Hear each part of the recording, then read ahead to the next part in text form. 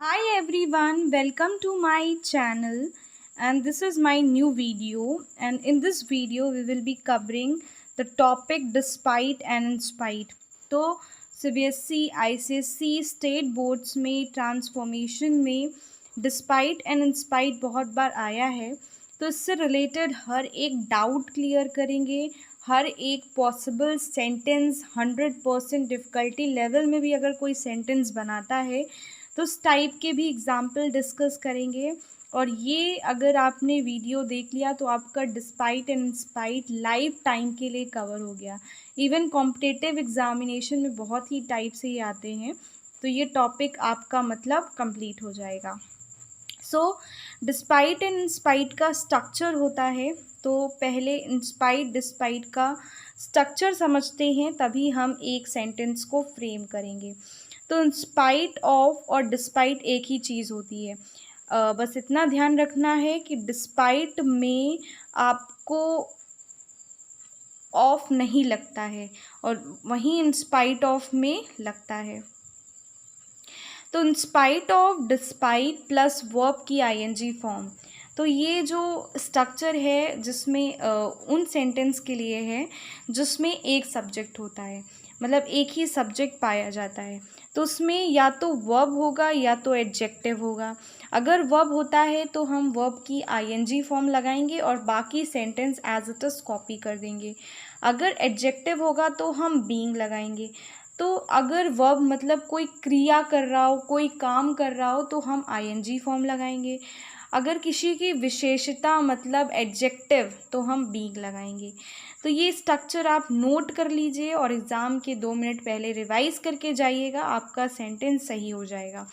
So let's take an example कि although he executed the plan in front of people he was not listen by anybody. तो ये एक board का question है जिसमें हमें इन स्पाइट ऑफ से बिगनिंग करने के लिए बोल रहा है। तो हमें स्ट्रक्चर पता है, हम सेंटेंस को फ्रेम कर सकते हैं।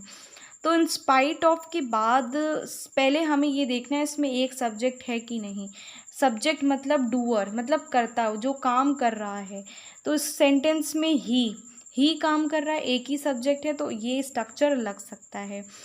तो अब हमें देखना है वर्ब है या एडजेक्टिव। सिंस एग्जीक्यूटेड वर्ब की सेकेंड फॉर्म है, यहाँ पे ही कोई काम कर रहा है, प्लान को मुकम्मल कर रहा है। तो यहाँ पे वर्ब है तो आईएनजी फॉर्म, बीइंग का तो कोई सवाल ही नहीं उठता है।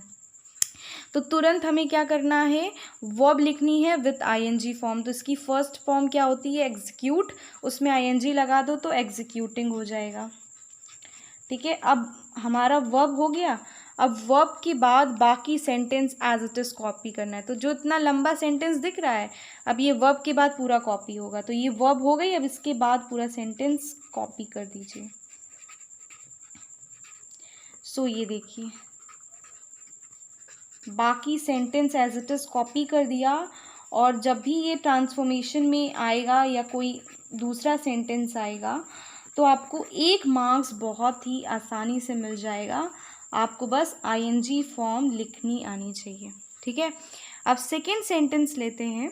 तो although he was selected for the post he did not join the office. तो ये हमें डिस्पाइट, तो डिस्पाइट में तुरंत लोग ऑफ लगा देते हैं, तो ना लगाना बहुत बड़ी एरर है।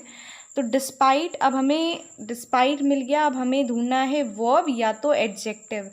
तो सिंस सेलेक्टेड है, वर्ब की सेकेंड फॉर्म है भैया, वो नियुक्त हुआ मतलब काम कर रहा है, क्रिया हो रही है, और डूअर मतलब सब्जेक्ट एक ही है, दैट इज़ ही। तो अब हम लोग इत्मीनान से ये स्ट्रक्चर यहाँ पे फ्रेम कर सकते हैं। तो डिस्पाइट, अब हमें क्या करना है, आईएनजी फॉर्म लगानी है। तो सेलेक्टिंग, सेलेक्टेड की सेलेक्ट और आईएनजी फॉर्म हो जाएगी सेलेक्टिंग। तो डिस्पाइट सेलेक्टिंग, अब वर्ब के बाद सारा sentence as it is copy हो जाएगा। तो वर्ब ये है, तो वर्ब के बाद ये पूरा सेंटेंस कॉपी कर दीजिए। तो selecting for the post he did not, तो मैंने बस स्टार्टिंग में 1-2 वर्ड का बस चेंज किया हुआ है, बाकी सेंटेंस एज इट इज़ हमें लिखना है। तो ये देखिए ट्रांसफॉर्मेशन का टॉपिक, ये देखिए कितने अच्छे से क्लियर हो रहा है। तो और एग्जाम्पल लिखते हैं to make this topic crystal clear. तो although he is fat he runs very fast, इसमें मैंने थोड़ा सा लेवल हाई कर दिया है। अब हमने बहुत सारे वर्ब के क्वेश्चंस कर लिए, अब हम थोड़े एडजेक्टिव में आते हैं। तो पहले देखना है एक सब्जेक्ट है, ऑफ कोर्स एक ही सब्जेक्ट है, कर्ता आपका एक है। अब देखना है वर्ब मतलब क्रिया, एडजेक्टिव मतलब विशेषण। तो हमें यहाँ पे फैट मतलब मोटा, तो ये इसकी विशेषता बता रहा है, ये कोई काम नहीं कर रहा। मोटा कोई काम होता है? नहीं, वो वर्ब नहीं होती है, वो एडजेक्टिव होता है। तो एडजेक्टिव में हमें क्या करना होता है? बीइंग लगाना होता है, फिर उसके बाद हमें पूरा सेंटेंस कॉपी करना होता है। तो इन स्पाइट ऑफ बीइंग, अब एडजेक्टिव क्या है? फैट। तो आप यहाँ पे एडजेक्टिव लिखेंगे, आप एडजेक्टिव के बाद सारा सेंटेंस कॉपी करेंगे। तो एडजेक्टिव ये है, तो एडजेक्टिव के बाद सारा sentence as it is copy करना है। ये देखिए कितना आसान था ये। एडजेक्टिव के बाद सारा सेंटेंस कॉपी कर दिया। तो फैट एडजेक्टिव, बीइंग अगर वर्ब है तो आईएनजी फॉर्म, डिस्पाइट के साथ नो ऑफ, इंस्पाइट के साथ ऑफ। ठीक है, अब हमें यही सेंटेंस कह दिया जाए डिस्पाइट में कन्वर्ट करना है, तो बस ऑफ को रिमूव करके बाकी sentence as it is copy कर दीजिए। ये देखिए जितने पॉसिबल क्वेश्चन बनते हैं मैंने सारे यहाँ पे डिस्कस करे हैं। ठीक है, अब थोड़े और एग्जाम्पल लेते हैं। तो 2 more examples of one subject. तो despite being poor he help others in need. ये तो बहुत आसान है, जिसको पता है, मैंने स्टार्टिंग में बताया था कि डिस्पाइट इन स्पाइट ऑफ के इक्वल होता है। तो बस इसकी जगह ये कर दो, बाकी सारा sentence as it is copy कर दो। तो जिसको ये पता होगा कि इंस्पाइट ऑफ डिस्पाइट एक ही चीज़ होती है, उसको कोई प्रॉब्लम नहीं होगी इस सेंटेंस में। ठीक है, अब नेक्स्ट सेंटेंस में ये एक ही सब्जेक्ट का है, लेकिन लोग इसे 2 सब्जेक्ट समझ लेते हैं। तो यहाँ पे द लैंडलॉर्ड ही दो सब्जेक्ट नहीं है, द लैंडलॉर्ड और ही की एक ही चीज़ है। ये नाउन, उसका प्रोनाउन यूज़ किया गया है। तो ये एक ही सब्जेक्ट का क्वेश्चन है, इसको मैंने जानबूझ के लिया गया है जिससे कि आपको पता चल सके ये नाउन उसी के लिए यूज़ हुआ है।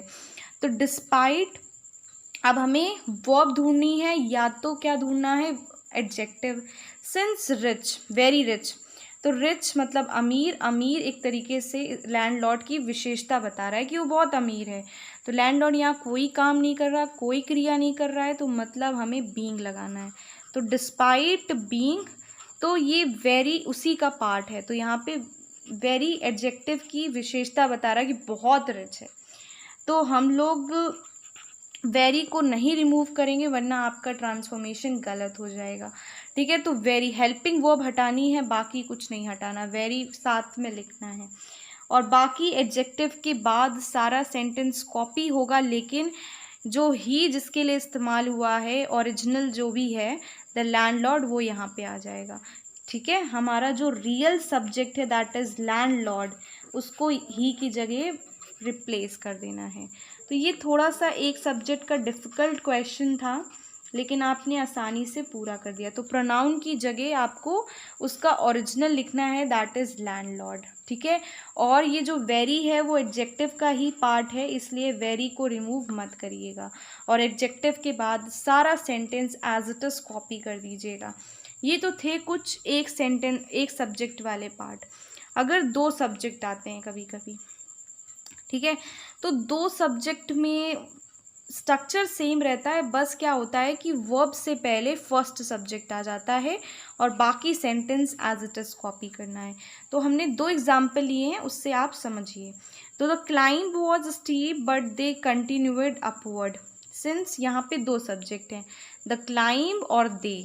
क्लाइंब अलग सब्जेक्ट है और दे अलग सब्जेक्ट है, यहाँ पे 2 सब्जेक्ट है। यहाँ पे ऊपर वाला केस नहीं है कि इसी का प्रोनाउन यूज़ कर दिया गया हो। ठीक है, यहाँ पे 2 अलग अलग सब्जेक्ट हैं। तो इसमें क्या करना है, सबसे पहले हमें फर्स्ट सब्जेक्ट, जो पहले लिखा होगा वही फर्स्ट सब्जेक्ट होगा। तो डिस्पाइट पहले फर्स्ट सब्जेक्ट लिखना है। तो डिस्पाइट द क्लाइंब ठीक है। अब हमारा फर्स्ट सब्जेक्ट हो गया। अब हमें या तो वर्ब लिखना है या तो बी एडजेक्टिव में बीइंग लगाना है।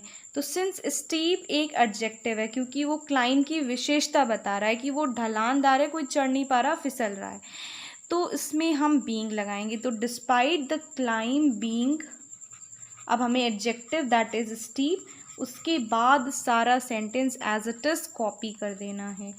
तो बट दे continued upward।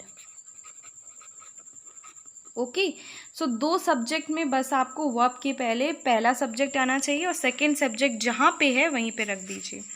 अब थोड़ा एक और एग्जाम्पल लेते हैं to make two subject crystal clear. तो our teacher is strict, we like her, इसमें भी दो सब्जेक्ट हैं, आर टीचर एंड वी। ठीक है, तो क्या है, सेम है। पहले देखिए वर्ब है कि एडजेक्टिव, यहाँ पे स्ट्रिक्ट है, टीचर की विशेषता बताई जा रही है, तो यहाँ पे हम बीइंग लगाएंगे। यहाँ कोई काम क्रिया नहीं हो रहा है, तो आईएनजी फॉर्म जस्ट इग्नोर। तो in spite of plus first subject है आर टीचर, तो in spite of our teacher. अब आईएनजी फॉर्म या बीइंग, तो बीइंग लगेगा क्योंकि वर्ब है, तो सॉरी एडजेक्टिव है, यहाँ पे हम एज इट इज बीइंग, फिर हम adjective that is are strict, फिर हमें बाकी sentence as it is copy करना है। ठीक है, तो दो सब्जेक्ट एक डिफ़िकल्टी लेवल है इंस्पाइट का, इससे ज़्यादा नहीं आ सकता है। तो डिस्पाइट में क्या है, बस इंस्पाइट ऑफ को डिस्पाइट में कन्वर्ट कर दो और बाकी sentence as it is copy कर दो।